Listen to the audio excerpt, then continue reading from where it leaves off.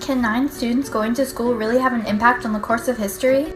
This is a story about Elizabeth Eckford and the Little Rock Nine and their impact on the Civil Rights Movement.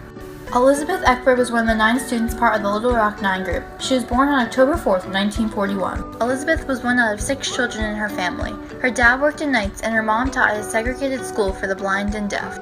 On September 4th, 1957, Eckford arrived at Central High School.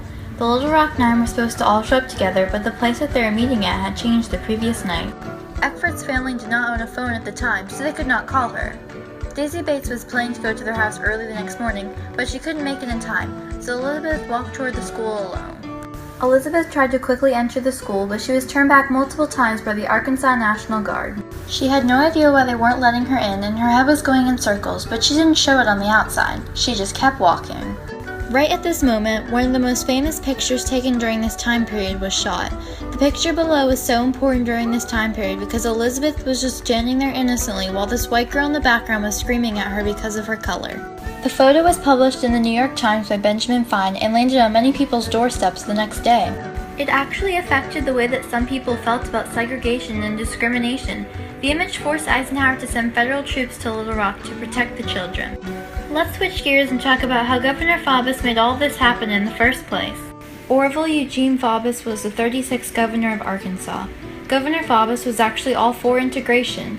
He helped desegregate buses and worked on the idea of integrating schools.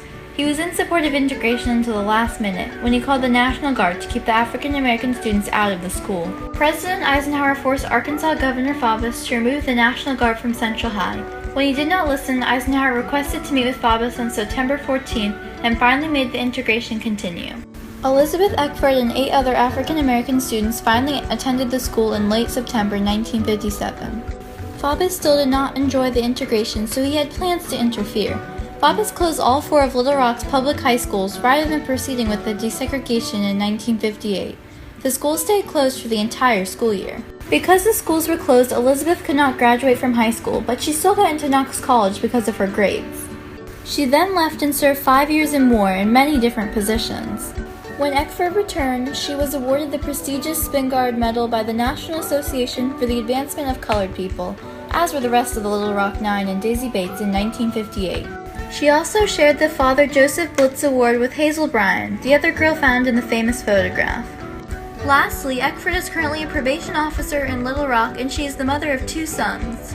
My presentation shows that 9 kids going to school really did make an impact on the course of history, and they touched many people's lives.